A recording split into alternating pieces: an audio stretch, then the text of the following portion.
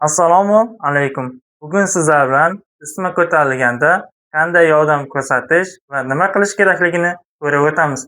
Isitma bu kasallik emas, balki organizmning himoya reaksiyasidir. Isitmaning asosiy sabablarini ko'rib o'tamiz.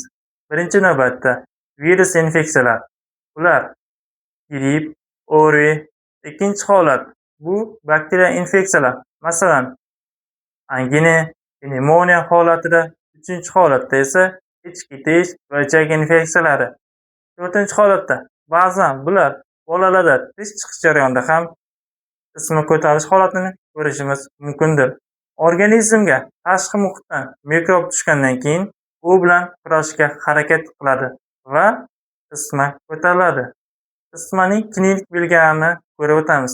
Birinchi navbatda biz isitma ko'tarilganini qanday bilishimiz mumkin?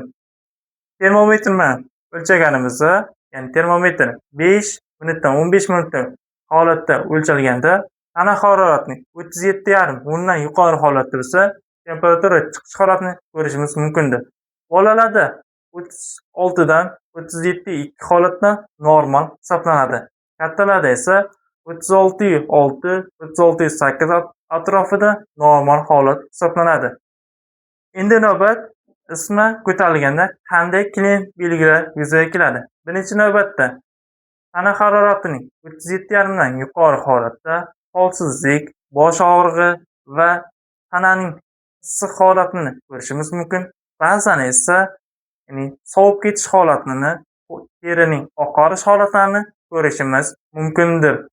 Endi isitmalar ikki turga bo'lib olamiz. Birinchi navbatda bu qizil isitma va oq isitma. Qizil isitma qanday holatda uchraydi? Ko'rib o'tamiz. Qizil isitmada tana harorati 37-38 atrofida bo'ladi.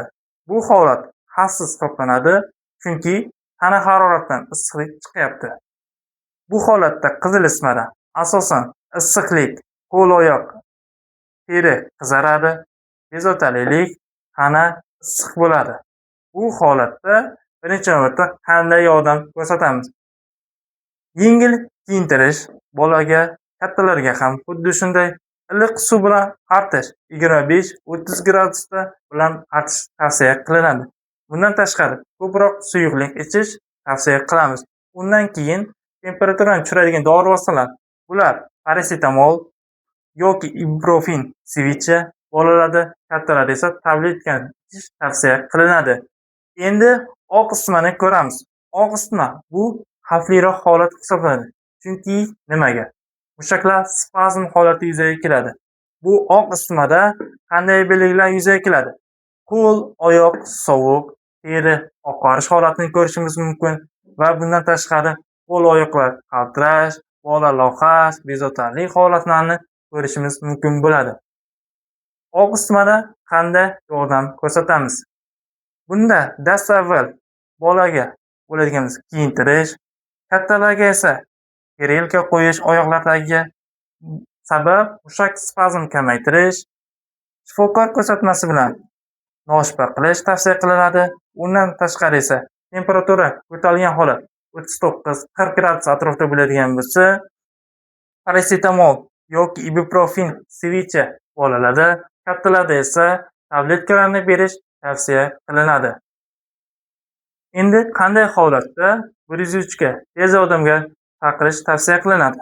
Tana harorati siz yordam ko'rsatdingiz va bu holatda ham temperatura 39 gradusdan tushmayapti va tana harorati qaltirash, oqarish holatlari yuzaga kelyapti, nafas qish holatlari yuzaga keldimi? Siz 103 ga tez yordamga chaqirish tavsiya qilinadi. Bugungi gapirmoqchi bo'lgan mavzularim shu mavzulardan iborat edi. E'tiboringiz uchun rahmat.